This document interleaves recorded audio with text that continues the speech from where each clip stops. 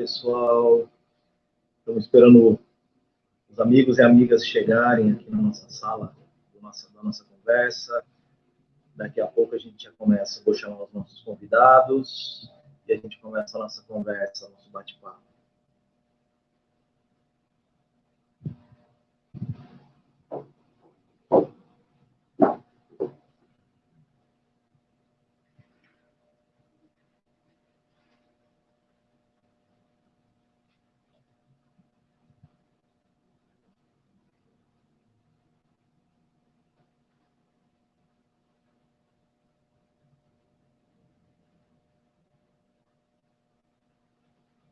O pessoal que está chegando aí na sala, sejam todos bem-vindos, bem-vindas.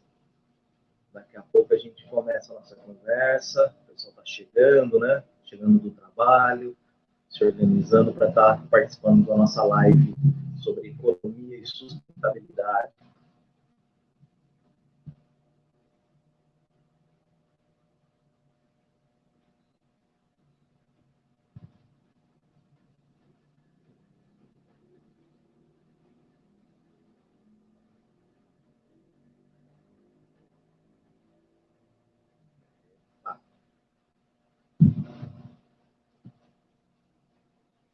Isso aí. Momento muito importante, né, para a democracia brasileira, essas conversas. Falar sobre o meio ambiente, sobre a sustentabilidade, sobre o desenvolvimento da nossa cidade, Jaú. Então, vocês que estão chegando aí na sala, sejam todos bem-vindos. Daqui a pouco eu vou chamar os nossos convidados aqui para a gente iniciar a nossa conversa.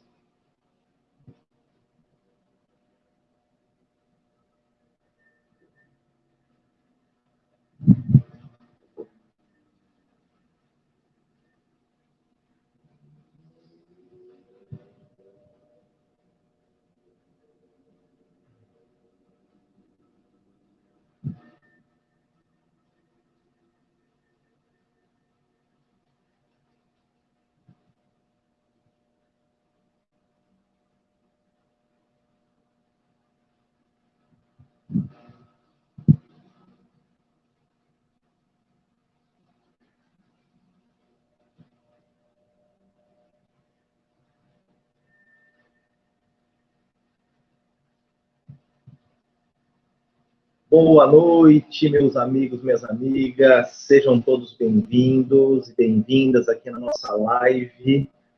Estaremos falando sobre economia e sustentabilidade, vários assuntos dentro da sustentabilidade.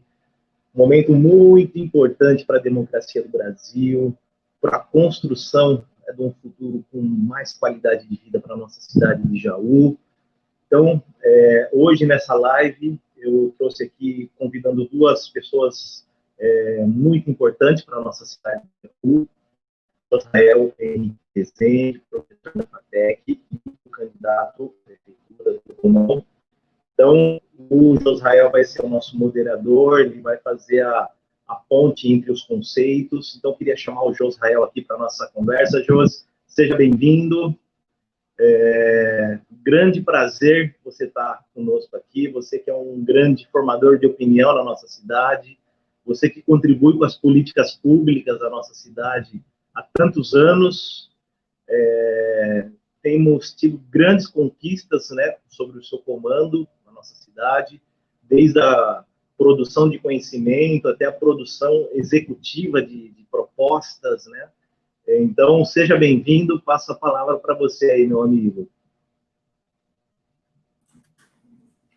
Obrigado, Cecel. Muito boa noite a todos. Cecel, do Romão, meus amigos, colegas exalquianos, né? A gente está em casa hoje, com dois exalquianos, um pouquinho antes de mim, outro um pouco depois.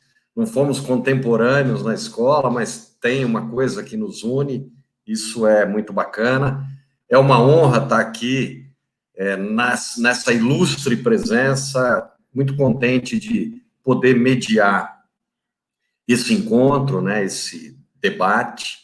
discutir um pouco de ideias com duas pessoas que têm um currículo e um passado de realizações, que eu acho que isso é muito importante, né? Não se trata, não são aventureiros, são pessoas que estão aí na comunidade realizando coisas há muito tempo.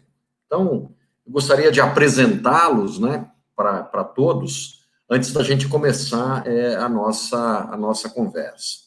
Então, o Amilcar Marcel de Souza, conhecido como Cecel, ele é engenheiro florestal pela Exalc USP, é mestre em recursos florestais também pela Exalc, doutor em ciências ambientais pela Universidade Federal do Paraná, foi durante alguns anos gestor na Fundação Florestal, ou seja, trabalhou na administração pública, conhece a administração pública, e atua numa ONG, o Instituto Proterra, que tem uma longa história aqui em Jaú de realizações, não só em Jaú, mas em toda a região, em todo o estado. O Cecel já participou, provavelmente, do plantio de mais de 500, quase 600 hectares de matas ciliares,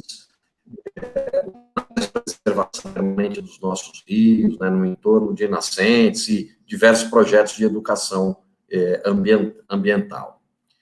E o Eduardo Romão, né, nosso candidato a prefeito, é jauense, 73 anos, o Romão tem 60 anos, é formado também pela Exalc, tem pós-graduação em logística empresarial pela Unesp, é casado com a Magali Romão, uma das maiores especialistas que a gente tem no país, né, por que não dizer assim, na área de mobilidade urbana, tem 2 filhas, o Cecel tem uma filha jovem, né, o Eduardo já tem 2 filhas moças, adultas, e o Eduardo, desde jovem, ele é apaixonado pelo agronegócio, um incansável pesquisador. A quantidade de números que o Eduardo tem na cabeça é uma coisa que impressiona a todos nós. Não é uma coisa muito normal, é uma coisa diferenciada, né? A quantidade de informação econômica e de dados que o Eduardo consegue gravar. Ele tem uma vasta experiência na gestão pública, foi secretário de Agricultura e Abastecimento e secretário de Serviços Municipais aqui em Jaú, foi subprefeito do distrito de Potoluva, na gestão do ex-prefeito João Sanzovo.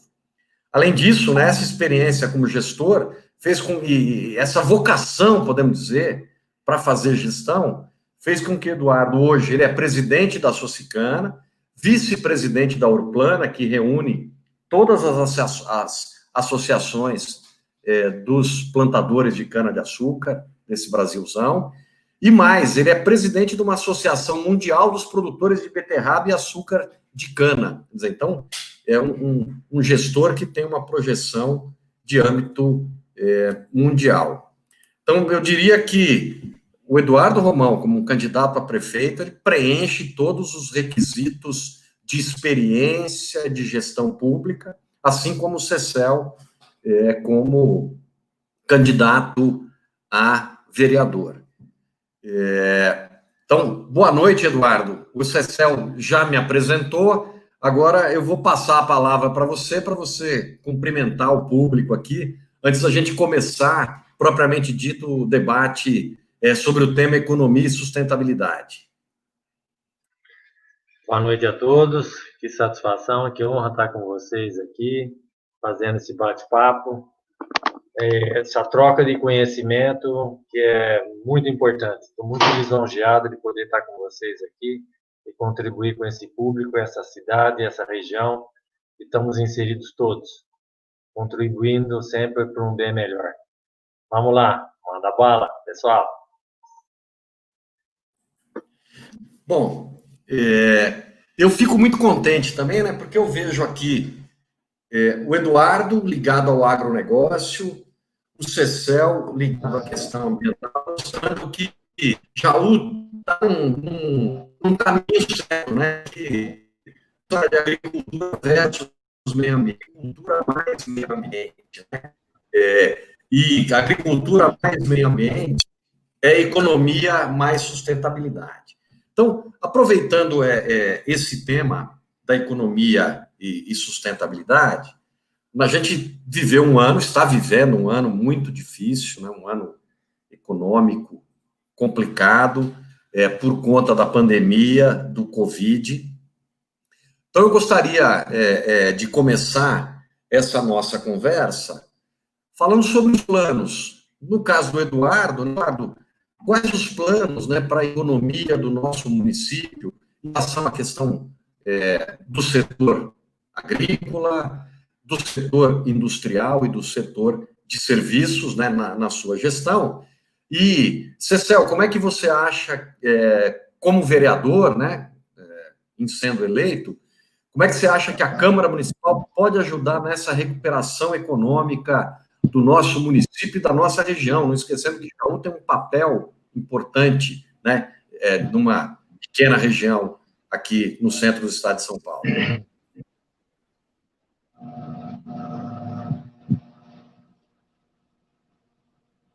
Então, tá bom. Deixa eu começar, então. A gente, como vereador, né, a gente tem que estar junto com o prefeito, né, na fiscalização, no cumprimento das propostas colocadas na campanha, acompanhando o desenvolvimento, né, do nosso município. E, assim, como vereador, uma das primeiras ações é estar junto do Conselho Municipal de Desenvolvimento Econômico, que é um espaço muito importante, é um espaço democrático, onde vários setores do município, né, da economia do município, se reúnem e discutem as questões de geração de trabalho e renda, de desenvolvimento. E também é um grande braço da prefeitura, né, de fazer o link entre a sociedade civil, as empresas privadas e o poder público. Então, a gente está focado de uma maneira muito forte no Conselho de Desenvolvimento, onde que você traz as expertises de várias pessoas da nossa cidade, né? De vários empresários, de vários professores que podem contribuir com o desenvolvimento. Paralelo a isso, né, o vereador ele pode atuar criando instrumentos legais ou fomentando para o poder público criar estratégias para a gente fomentar a microeconomia da nossa cidade, que é uma grande fortaleza que nós temos com os serviços, né? A diversidade de serviços que a nossa cidade oferece nos seus vários segmentos é muito forte e distribuído em vários bairros. Então, fortalecer a microeconomia é uma das ações que os vereadores têm que se debruçar e têm que se dedicar. E assim, de que forma? A gente tem que fortalecer, o poder público, ele tem que oferecer infraestrutura, logística, qualificação para os microempreendedores, para os empreendedores individuais, para dentro dos seus bairros, poder fazer os seus negócios. Então, a prefeitura, os vereadores, eles têm que buscar criar estruturas junto com o poder público de feiras artesanais, feiras gastronômicas, e aí você conecta outras áreas, né? Você conecta um microempreendedor, um microprodutor rural com as suas hortaliças, seus produtos agrícolas alimentícios, as pessoas do artesanato, as pessoas da música, das artes, que vão estar integrando essas feiras distribuídas ao longo dos bairros e acontecendo durante diversos dias da semana. Então, o fomento à microeconomia intra-bairros, né, e também dentro dos bairros, é um dos caminhos para a gente pensar a economia que o dinheiro circule. E, ao mesmo tempo, fortalecer esses serviços para que os municípios do entorno também venham para cá degustar os serviços dos jauenses. Então, como poder público, como vereador, a gente tem que buscar alinhar essas forças. Setores industriais, onde a gente tem as empresas que podem se fortalecer e se estabelecer. Então, são duas frentes de trabalho, vamos dizer assim, uma que a gente pensa na microeconomia e nas empresas de médio, grande porte, com a macroeconomia gerando atividade econômica dentro do nosso município. Então, assim, em linhas gerais, é um pouco da ação do vereador, né? E, logicamente, numa economia não exploratória, né? Aquela economia sem estar pautada na sustentabilidade, que é a nossa pauta de hoje, né? É aquela economia que valoriza o trabalhador, aquela economia que valoriza o meio ambiente através dos seus processos, seja de redução, reciclagem de lixo, controle de poluição e tudo mais que envolve a gestão ambiental dessas práticas. Então, assim, um município amigo da natureza, amigo do meio ambiente, é muito positivo para atrair recursos para a nossa cidade. Então, é um pouco essa conversa que a gente vai buscar trazer dentro da Câmara dos Vereadores.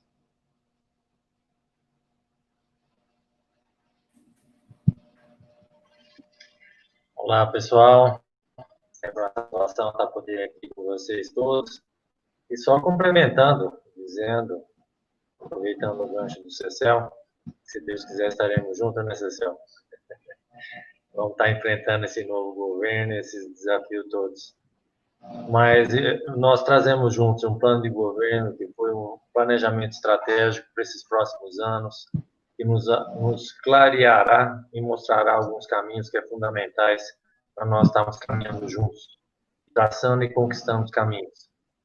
Essa oportunidade que temos, essa pluralidade da economia que temos no município, desde a metalurgia, calçadistas e prestação de serviços, como você falou, Cecil, 80% do nosso PIB é prestação de serviços. Toda essa economia exuberante que temos, essa exuberante, essa multiplicidade que temos, nós temos que alavancar, aprimorar e promover serviços e que ele realize negócios e que nos fortaleçam.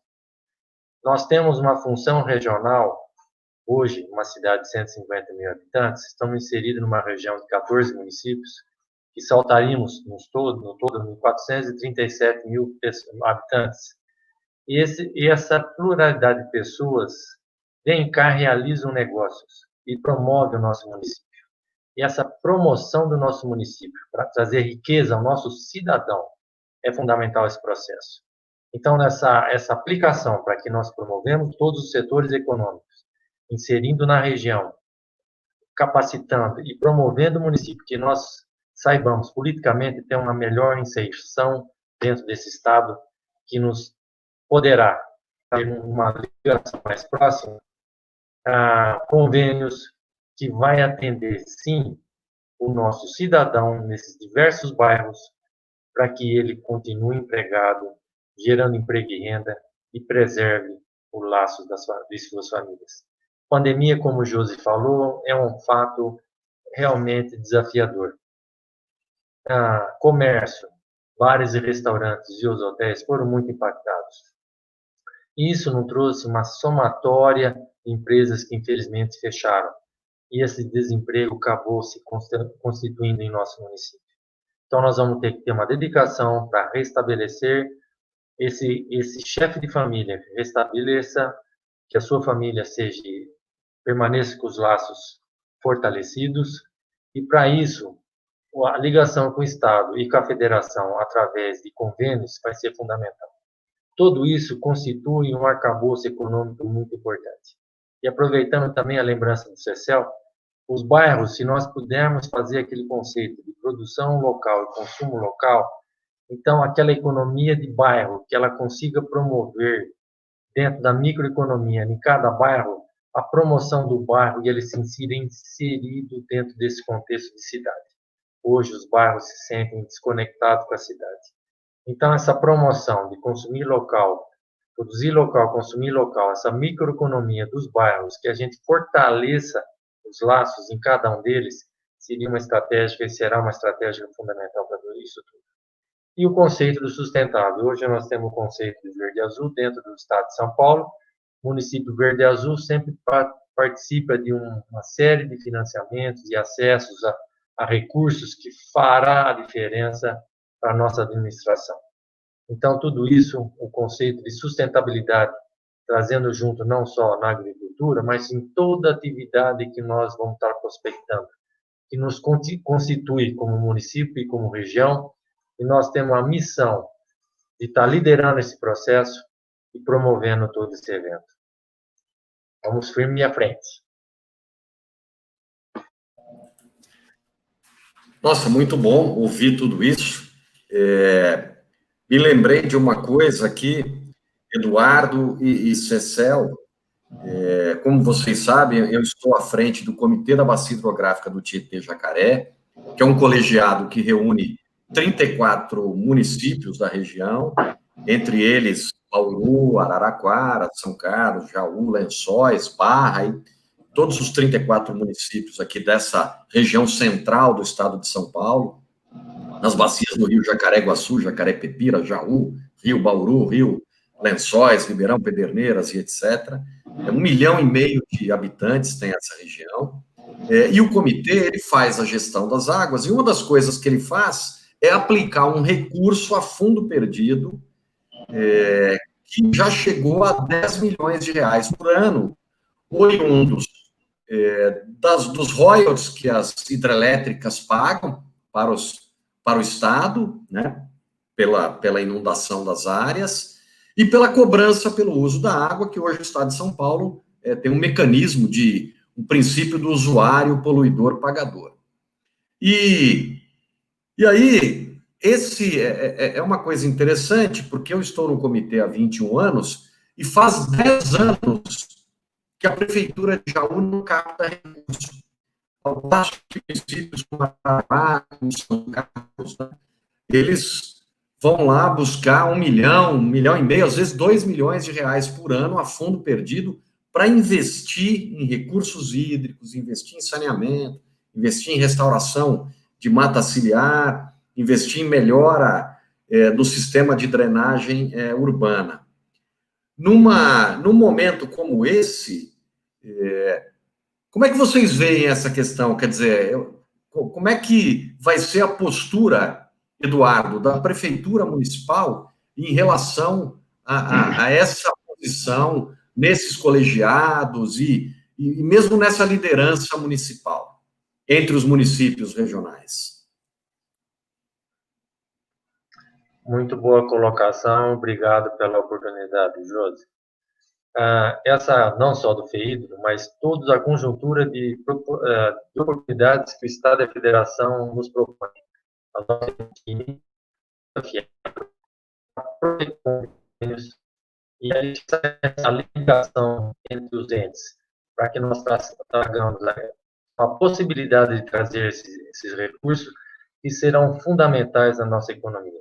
Como você mesmo disse, a pandemia nos trouxe um impacto muito grande na economia, não só do Estado, como do país todo.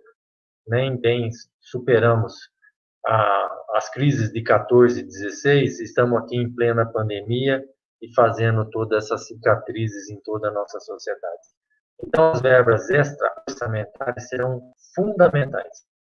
Todas essas oportunidades, e tendo você, e tendo o FEHIDRO inserido nessa cadeia que estamos, é fundamental você prospectar com bons projetos, você prospectar essas oportunidades, internalizar em nosso município e nossa economia, para que nós nos alercemos promoção do nosso município e levar emprego e renda a todos os nossos munícipes. Será fundamental esse processo, Josi. Amilcar, um dos principais problemas que a gente tem no município, e isso é um problema que tem se mostrado um problema no Brasil inteiro, é o problema das queimadas. Nós, durante muito tempo aqui em Jaú, tivemos a queimada no processo produtivo da cana-de-açúcar, e com muito esforço das instituições governamentais, das associações de produtores de cana-de-açúcar, da usina, houve um processo intenso para se mudar o processo produtivo, e a gente conseguiu hoje que não se queima mais cana-de-açúcar para a colheita. Então, nós conseguimos um benefício ambiental tremendo com o esforço coletivo de agricultores, ambientalistas, governo, Ministério Público, num consenso que conseguimos zerar isso. Entretanto, a gente vê problemas relacionados a queimadas urbanas, a queimadas periurbanas, as próprias queimadas rurais, que hoje já não teriam mais razão de ser, porque não fazem mais parte do processo produtivo. Como a gente conseguiria resolver essa questão? Quais as propostas que a gente poderia apresentar para que a gente possa diminuir esse problema? Bom, Jos, você trouxe um problema seríssimo da nossa cidade, um problema real, chama-se queima. Ela ocorre na zona urbana e na zona rural.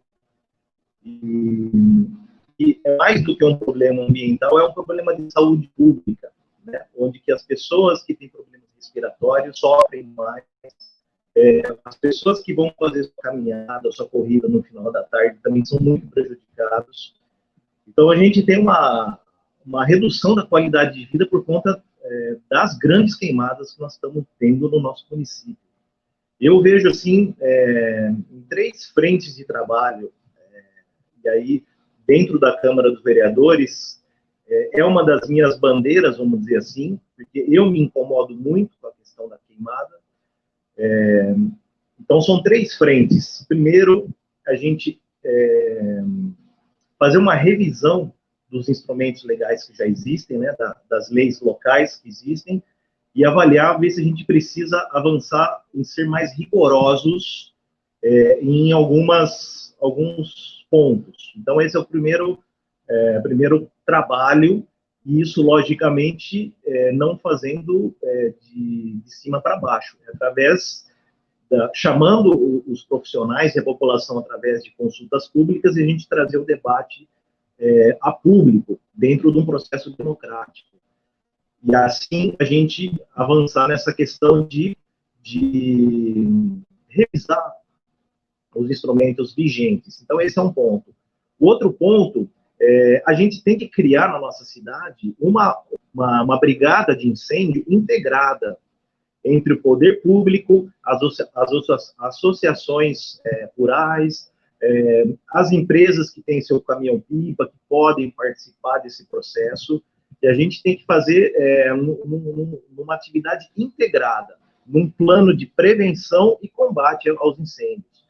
O incêndio que ocorreu a semana passada nos altos da nossa cidade, que gerou problemas para as casas, né, para algumas empresas lá na localidade, se nós temos um plano de prevenção e combate a incêndio, rapidamente a gente consegue acudir quem mais está precisando no momento. Então, esse é um outro ponto que a gente tem que debater no município, com tanto o poder público como a sociedade civil, a gente pensar num plano de prevenção e combate a incêndio, logicamente com os corpos de bombeiros tutorando todo esse processo. Então, esse é um outro ponto. E o outro ponto, a gente fazer uma campanha contínua, de janeiro a janeiro, sobre a questão das queimadas.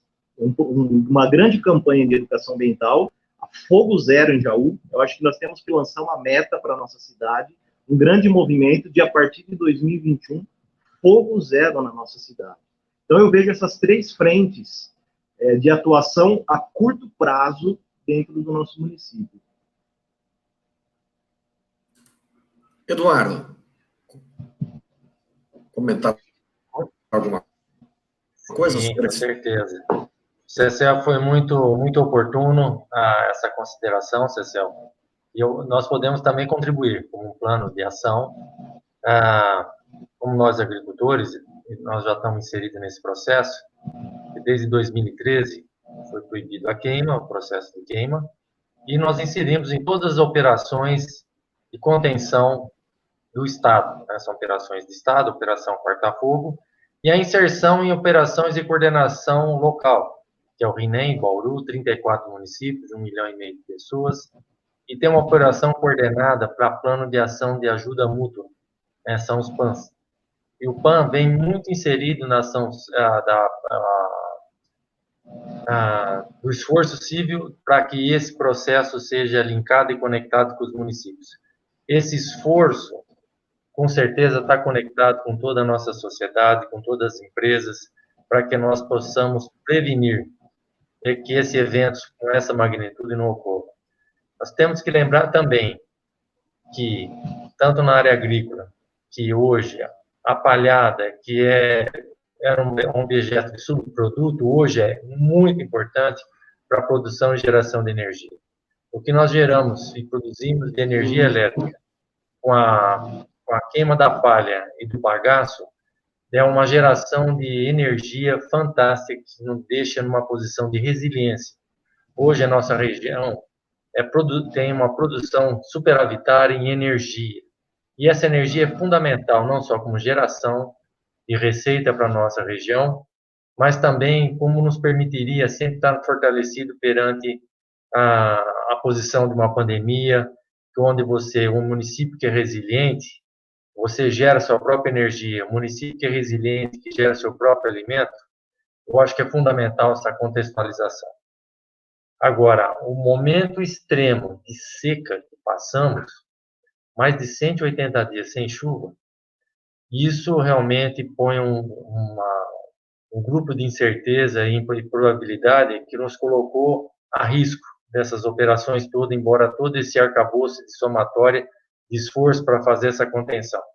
Então, eu contribuo com essa ação do município, está inserido na organização de um plano de ação mútua local, para que nós conseguimos ser mais eficazes e evitar casos como o que ocorreram agora.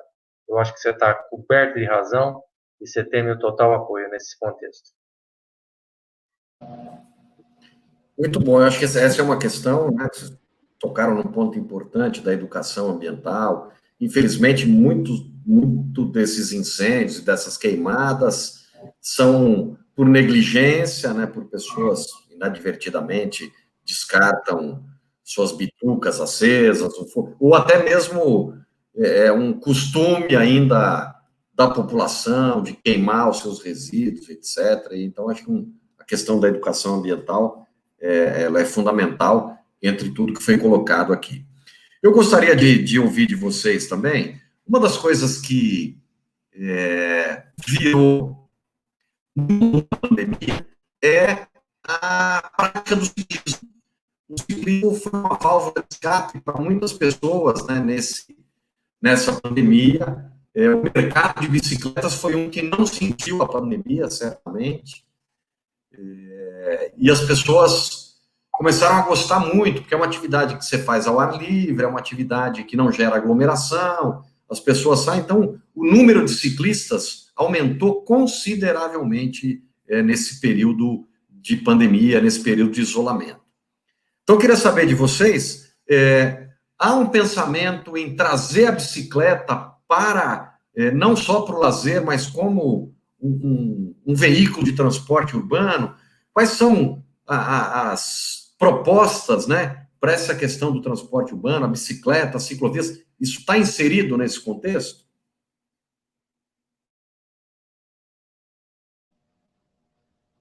Eduardo, quer começar? Você estava falando, aí depois passa a bola para o Cecel. O Cecel tem um conceito lá que eu achei muito bacana, mas eu aproveitando aqui sobre o ciclismo e o uso da bicicleta como um todo, como mobilidade urbana. Hoje nós temos, com a pandemia, diminuído o número de viagens, o uso do veículo foi diminuído, e nós temos que ter essa percepção de que nós vamos demandar mais calçadas, mais ciclovias, ciclofaixas. Isso é um contexto que está dentro do nosso projeto de infraestrutura e mobilidade urbana. Nós vamos ter um ganho de menor poluição, menos trânsito. Por outro lado, vai impactar o uso menos de ônibus, dos coletivos, e isso acaba nos impactando de uma outra maneira. Mas essa busca por ciclovias, ciclofaixas e calçadas mais adequadas para esse novo conceito, essa nova maneira de estar inserido no contexto da nossa urbanidade é muito importante. E dizer também, né, o Cecel vai contextualizar melhor, mas o uso de bike para inserir dentro do nosso passeio na área rural é fantástico. Faço uso disso, não é? Hoje praticamente precisa ter sinalização do trânsito na área rural, de tantas pessoas ao mesmo tempo caminhando.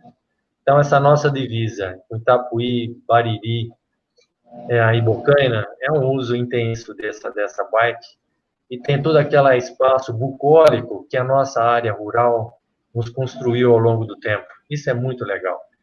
Se você delegar tanto a criação de hortifrutis grangeiros HF, tanto a criação de aves e suínos, está contextualizando dentro dessa área, é muito prazeroso. Acabou surgindo dentro dessa pequena produção o oferecimento de uma linguiça diferenciada, de um restaurante e de um espaço muito prazeroso para você estar passeando. Você e a família, você e praticando esporte, né? E de alguma maneira inserindo dentro desse conceito. Eu acho que mesmo com o município inserido por interesse turístico, isso é um gancho muito oportuno. É um gancho para a nossa área rural, para o nosso produtor rural, para a nossa economia. Esse ganho de um gancho turístico para isso. E o CCL tem um gancho muito importante, que eu estou louco para escutar, depois eu faço até mais um adendo aí. Cecel, gostei da tua proposta. Vamos nela aí. Legal. Então, a questão da bike do Josael é um movimento global esse, né? É um movimento global do século XXI, da gente buscar alternativas de transporte, de mobilidade, né? Alternativas mais econômicas, alternativas mais sustentáveis, né? Então, a gente tem um conceito que é global e já não pode ficar fora desse conceito, que é o cicloativismo.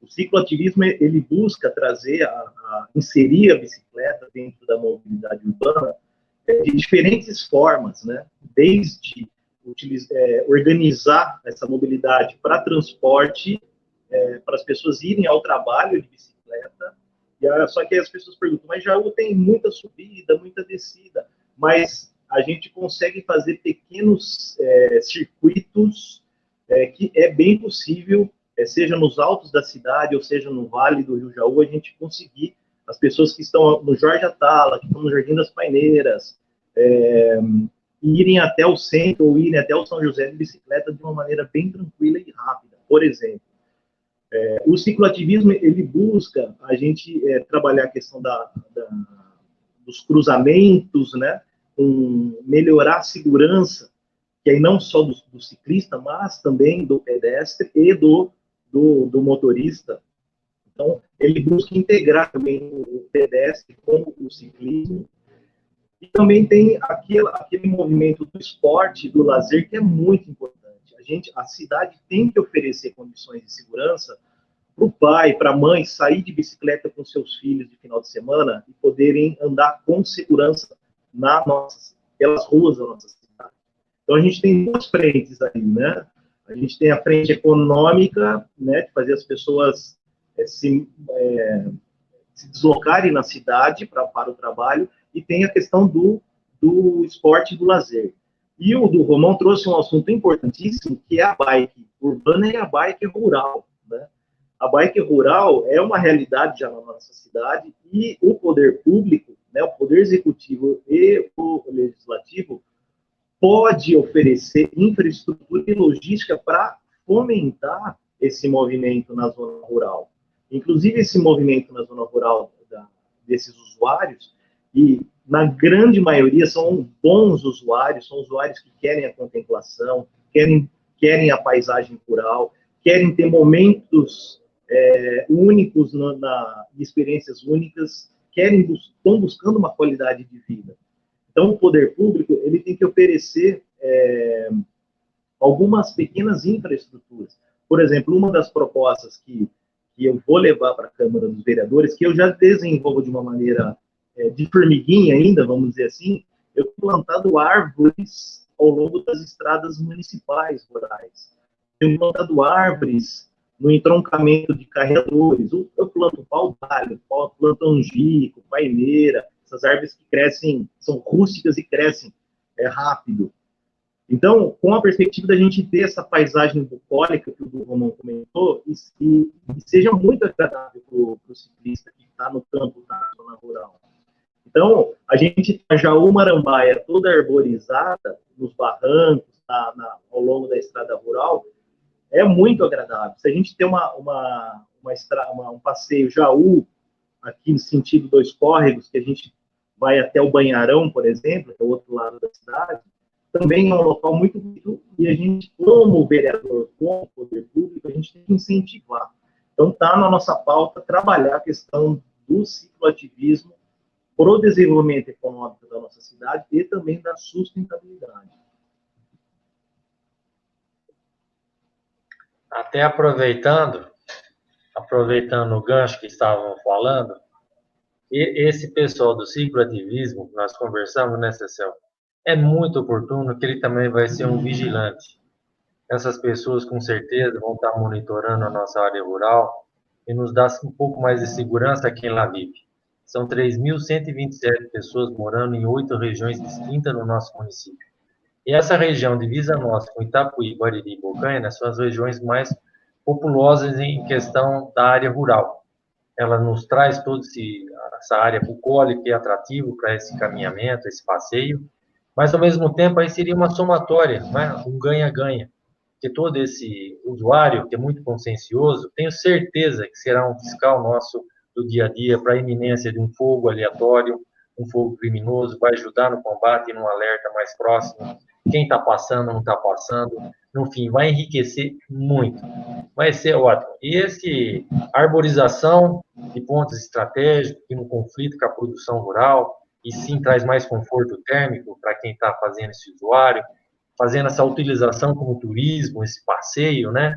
Eu acrescento o passeio não só esse que você falou, a Marambaia, mas tem um passeio a Bocaina, tem esse passeio descendo de Jaú a Pedra Branca, ao Rio Tietê, ou se não, indo a sentido Barra Bonita, beirando o Rio Tietê. Então, se enriquecer com a arborização, promovendo esse evento, e muitos eventos são coordenados, inclusive, né? Tem um ponto estratégico que já encontrei, né? Pessoas monitorando, fazendo todo esse passeio de uma maneira prazerosa. Então, isso é um conceito que está, como eu disse a você, precisa de sinalização. Tanto tem. E isso é muito bom. Não sei se os senhores já fizeram, eu já fiz os meus, hein? E participo. E é muito legal, muito bom. Muito bacana, é assim, e eu percebo essa vontade de vocês aí, né? E como você mesmo falou, Eduardo, isso ainda é bom para o produtor rural, né? Porque o produtor rural diversificando a sua produção, produzindo hortifruti granjeiros ou outras coisas, beneficiando, verticalizando, produzindo alguma coisa, fazendo uma compota, e geleias, doces e uma série de coisas que as pessoas vão consumir. Ao mesmo tempo que elas vão passear, elas vão consumir, isso movimenta a economia. Isso é uma das coisas que pode ser explorada nos distritos da cidade, em todo esse caminhamento na zona rural. Aí, né? Isso é fundamental. Todos nós temos essa necessidade de estarmos próximos da natureza, e eu acho que isso tem estimulado as pessoas que hoje em dia não convivem mais com a natureza, não tem mais seus quintais arborizados, não tem uma série de coisas, elas têm essa necessidade. E a gente pode juntar uma série de ações que vão gerar emprego, vão gerar renda, vão gerar qualidade de vida, satisfação. Acho que fico muito contente de ouvir tudo isso aqui. Eu acho que isso está dentro de um... Eu vou participar de um evento agora na UFSCar, que é o primeiro simpósio brasileiro de cidades mais resilientes, que é uma coisa bastante comum. Eu vou falar lá sobre infraestrutura verde, sobre revitalização de rios urbanos. E uma das coisas que a gente percebe, a gente fez um levantamento, né, uma parceria até com a Secretaria Municipal de Meio Ambiente, nós fizemos um censo arbóreo de uma região bem grande, são 140 quarteirões no centro da cidade. Jaú virou um município, um MIT, né? MIT, um município de interesse turístico. E nós temos um patrimônio, nós temos um centro com patrimônio histórico, e uma das coisas que a gente entende que pode melhorar no centro, com a metodologia que nós usamos, o levantamento que a gente fez, a gente detectou só nessa região central de 140 quarteirões, que vai dos dois lados do Rio, né? Pega desde a rodoviária, Santa Casa, o Colégio Industrial, vai até a Praça do Museu Amaral Carvalho, descendo por essa região mais antiga da cidade, vamos dizer. Achamos, contamos árvore por árvore, identificamos, achamos muitos problemas. O CECEL já fez um levantamento parecido, mas não um censo, não um levantamento amostral. E aí a gente vê que falta árvores na cidade, não há uma cultura de respeito às árvores, excesso de poda, quer dizer, como é que é a arborização urbana, como vocês imaginam tratar a arborização urbana nesse contexto? Porque nesse contexto de cidades mais resilientes, uma das coisas que a gente tem que preparar as cidades é para as alterações climáticas que estão aí, então a questão microclimática, a importância das árvores e das áreas verdes, né, para drenar a água, para fazer a água infiltrar no solo, evitando esses problemas de inundações e alagamentos que são tão corriqueiros hoje em dia. Como é que vocês imaginam trabalhar a questão da arborização urbana em Jaú?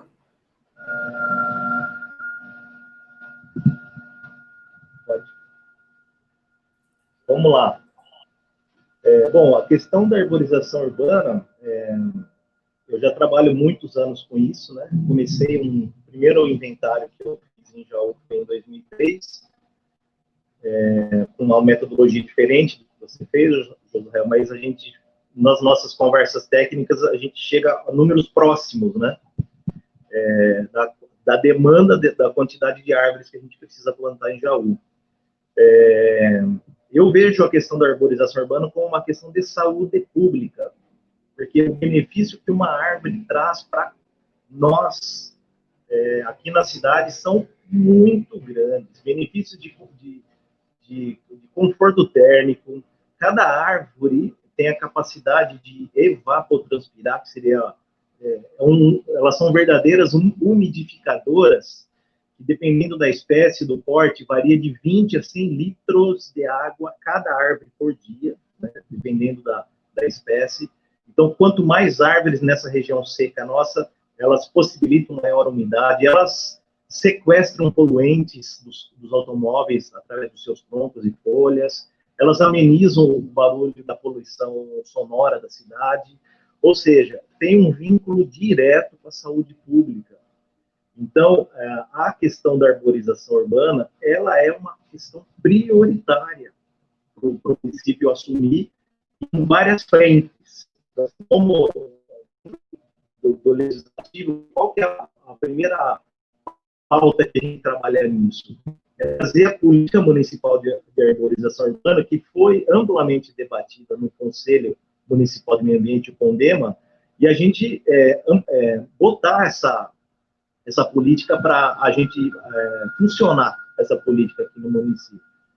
Juntamente disso, e aí ela está integrada com as ações de educação ambiental e instrução para as pessoas. A gente não pode ter essas podas drásticas que a gente tem na nossa cidade, porque a gente vai ao contrário dessa questão do conforto térmico, de todos os serviços ambientais que as árvores prestam para nós de maneira gratuita, né? Isso que é muito interessante. Então, a pauta da arborização urbana, ela é importantíssima e prioritária. A gente, a partir de 2021, a gente tem que levar esse assunto muito a sério no nosso município. Perfeito, Cecel. Eduardo? Nós temos um plano... Perdão. Perfeito, Cecel. Para nós temos um plano municipal de floresta urbana definindo projetos de curto, médio e longo prazo, é fundamental para que nós fazemos todas essas sugestões de pauta que nós comungamos nós três juntos aqui.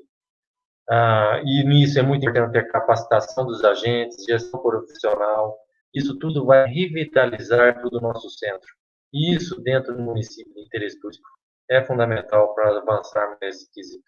Nos fortalece como economia, dando esse melhor conforto térmico para o município. Isso traz um posicionamento diferenciado perante as outras cidades, que no contexto do município verde e azul também nos apresentaríamos muito melhor nesse conceito, permitindo ter acesso a créditos diferenciados, com certeza.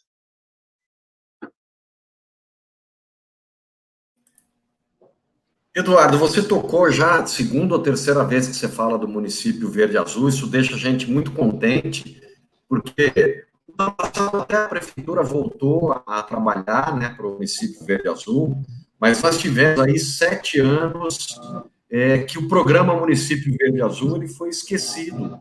E é uma pena, porque os municípios certificados nesse programa, eles têm algumas benesses, têm algumas linhas de financiamento específicas do Estado, né?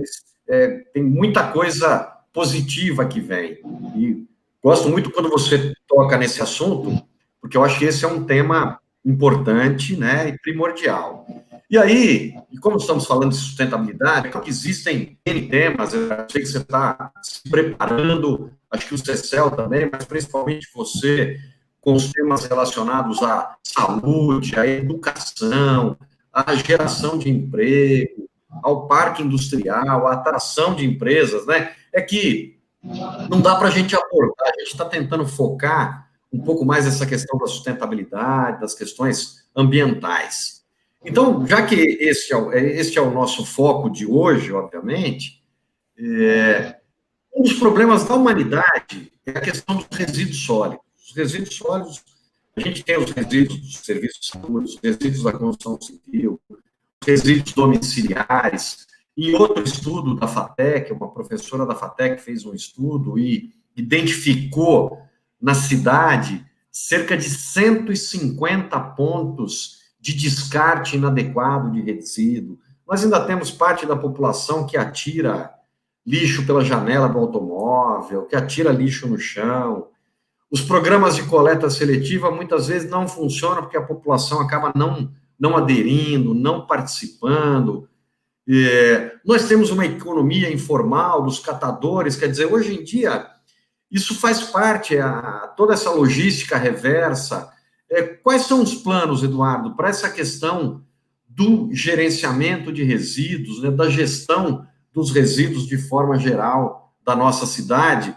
Eduardo, CECEL, o que vocês imaginam que a gente possa fazer em relação a essas questões? Muito bem colocado, Josi. Hoje nós precisamos trabalhar com educação, né, uma persistência e uma vontade política para querer fazê-lo. Né? Essa mudança requer uma vontade política para querer fazê-lo, um conceito de sustentabilidade dentro de qualquer atividade, dentro de um município, é fundamental esse posicionamento, essa vontade política para ser. Hoje, como você falou, mais de 150 pontos de descarte aleatório de resíduos sólidos, isso é inaceitável. Eu acho que uma disciplina, um pouco de disciplina, uma educação aplicada, você consegue ir também identificando os pontos mais adequados para estar recebendo isso de uma maneira seletiva, você consegue dar um ordenamento e uma melhor custo-benefício para você estar lidando com esse resíduo sólido. Você, inclusive, esse resíduo da construção civil, você fazendo uma britadeira que é de comum uso, até pode ter consórcio dentro do município, para você ter um melhor uso desse processo, fazer leito de dias de área rural, você ter uma melhor destinação. E tudo isso é intensificado de uma maneira que você consiga multiplicar esse uso e atender essa demanda que é tão fundamental para que nós, realmente, como município, tenhamos orgulho de estar nele inserido.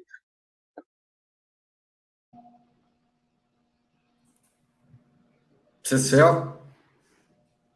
Então, Josu, a questão dos resíduos é uma grande fortaleza que a gente tem que trabalhar. É uma grande oportunidade de geração de trabalho e renda para o nosso município.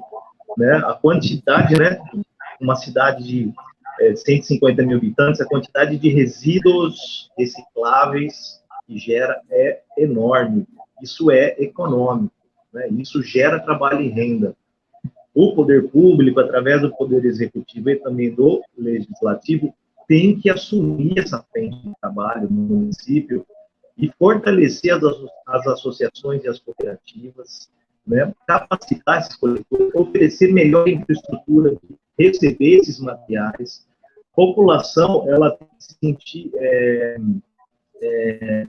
tem que ter uma facilidade, a população entregar os lixos nas casas, para ter os coletores de uma maneira organizada e segura, e isso tudo gerando economia, isso gerando dentro do nosso município, né? Aí está de novo a microeconomia, né?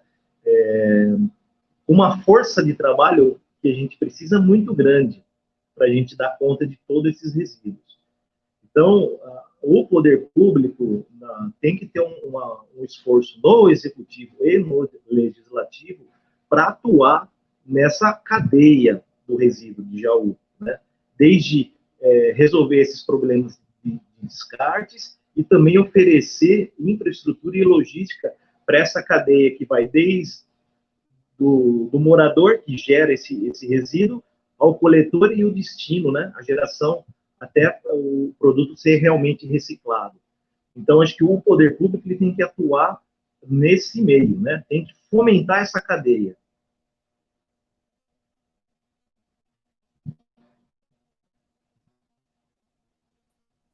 Ok. Realmente, né, os resíduos são um problema, tem múltiplas soluções, como vocês mesmos colocaram, né? Nós temos, acho que hoje, Eduardo tocou bem num problema, o resíduo da construção civil, um dos problemas sérios que a gente tem. Dá para melhorar muito a gestão desse tipo de resíduo, assim como dá para aprimorar muito a questão da coleta seletiva na cidade, com educação ambiental, com as pessoas, fazendo as pessoas separarem, porque afinal isso nós estamos jogando dinheiro fora, né? Estamos jogando matéria-prima no lixo. Tem muita coisa a ser melhorada nesse sentido. Eu diria que, assim, eu acho que nós estamos chegando no final, né? Já estamos aí com quase 1 hora de programa, né? Tem muitos assuntos que a gente gostaria de ter abordado e acho que vai ter que ficar para uma próxima.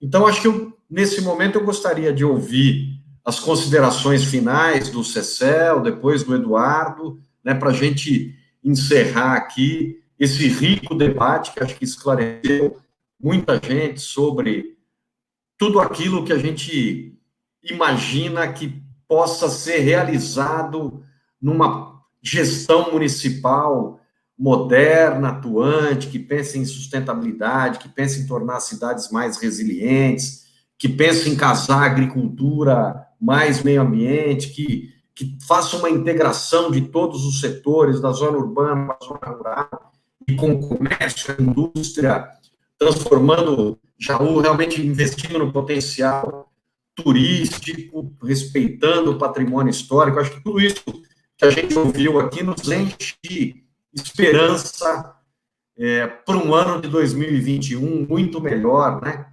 Tendo em vista esse ano difícil que estamos vivendo em 2020. Então, Amilcar, queria que você falasse das suas considerações aí finais sobre tudo isso que a gente discutiu aqui. Bom, primeiramente, eu quero agradecer a todos e todas, né, que estão nos assistindo. São temas múltiplos, né? Alguns colegas viram para a gente falar sobre o patrimônio histórico, entre outros assuntos. Em 1 hora a gente não vai conseguir abordar, mas voltaremos, né, em outras, dentro da campanha ainda, a gente abordar outros assuntos complementares. Mas eu quero agradecer muito ao Du Romão por essa proximidade. Isso é muito importante, né? A gente ter um candidato que está muito próximo da gente, né? A gente, com uma capacidade, uma experiência muito importante para um gestor público, né? Eu confio muito, então desejo muito que seja uma jornada vitoriosa. Vamos trabalhar para isso, né? Eu chamei essa live, né, dentro da minha fanpage, para ouvir você, do Romão, ouvir esses assuntos do meio ambiente, da sustentabilidade, que é o meu principal portfólio de trabalho, que é ali que estão as minhas principais experiências profissionais, e onde como vereador eu vou poder dentro da nossa cidade, conectado, né, com um público alinhado, né, e próximo. Isso que é importante, a gente ter essa oportunidade de construir conhecimentos nas múltiplas expertises, né? Então, agradeço muito a sua presença aqui. Acho que foi muito importante ouvir de você os temas de economia e sustentabilidade, que não só para mim como postulante à vereança, mas para todas as pessoas, né, os amigos e amigas que querem ouvir de você, né, numa live. É legal porque não estamos fisicamente juntos, mas a gente sente pela palavra, pela energia sua, as suas intenções dentro desse tema. Então, eu agradeço muito. Agradeço muito o Josrael, uma autoridade dentro da nossa cidade. Não teria outra pessoa para estar com a gente aqui para falar sobre esse assunto, né? É um profissional que já conquistou muitas coisas para a nossa cidade e que ainda terá muito trabalho ainda pela frente, Jôs, né? Até os 90, 95 anos, acho que você vai ter muito trabalho ainda aí, né? Então, agradeço muito você fazer essa costura toda, trazer todo esses referenciais teóricos e essa postura intelectual para a nossa conversa. Então, agradeço demais. Espero para os ouvintes e também para as pessoas que estão nos assistindo que a gente trouxe, né? A gente trouxe a ideia é a gente elevar o debate dentro do nosso município, trazer o debate, a pauta socioambiental para o debate público. Então, essa live tem como esse objetivo, a gente elevar o nível de debate dentro do nosso município, começando aqui, né, como um candidato a vereador e o do Romão candidato a prefeito, e que isso se estenda para todos os outros vereadores e outros candidatos nas suas instâncias, para a gente trazer esse debate para a nossa cidade. Então, estou muito feliz pelo nosso encontro, desejo muita paz e luz para todos vocês. Muito obrigado. Cecel, agradeço suas palavras, espero que Deus me dê saúde, porque eu adoro o que eu faço. Trabalhar até os 90, 95 vai ser um prazer. Vai ser um prazer. Eduardo. Josi, que satisfação e que honra para nós jauenses ter uma FATEC no nosso município. Que riqueza de informação. Ter a possibilidade de estar com vocês dois, pesquisadores de ponta, mestres e doutores, eu com muita humildade tenho que falar, tenho que aprender muito ainda. E que bom estar aqui nessa cidade, compartilhando com uma FATEC, com vocês todos aqui, que vai robustecer o nosso plano estratégico, o nosso plano de governo, que é sempre maleável para boas informações. Então, isso aqui é um aprendizado para nós todos. E a humildade sempre é um conceito que nos enriquece. Eu acho que isso aqui contribui.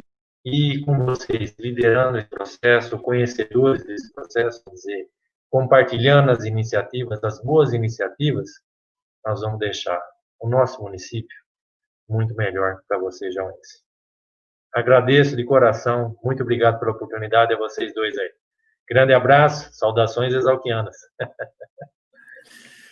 Eduardo, eu tenho certeza disso, né? Assim, a FATEC, saiba você, eu estou lá há 26 anos, né? Quando eu entrei na FATEC, a FATEC tinha um curso 100 alunos, hoje tem 7 cursos e mais de 1.500 alunos, mas a sua esposa, a Magali, a Maga, também faz o mesmo tempo que eu, e a sua vice, professora Suzana Sanzovo, dá 30 anos. Ela veio junto com a pedra fundamental da FATEC, então deve-se muito a ela essa faculdade lá. Ela ajudou a construir muito, e eu tenho certeza que ela vai ajudar muito você nesse trabalho frente ao município aí, com a sua eleição. Eu que me sinto lisonjeado de participar e de moderar um debate como esse, né? A gente já teve a oportunidade de conversar muito, tanto com você, Eduardo, com o Cecel, e a gente tem muitas afinidades, muitas coisas em comum, E contem com a gente, contem com a FATEC, pode ter certeza disso, né? A FATEC, ela é parceira de Jaú, sempre. Estamos aí à disposição. Eu que agradeço essa oportunidade, foi um início de noite muito prazeroso e uma conversa riquíssima, e a gente sempre aprende muito quando conversa com vocês. Um grande abraço a todos. Tem muitos temas que a gente ia abordar e não conseguimos, peço desculpas, mas aí fica um gostinho de quero mais para a próxima, né, Cecília? Abraço. Com certeza. Tchau, tchau.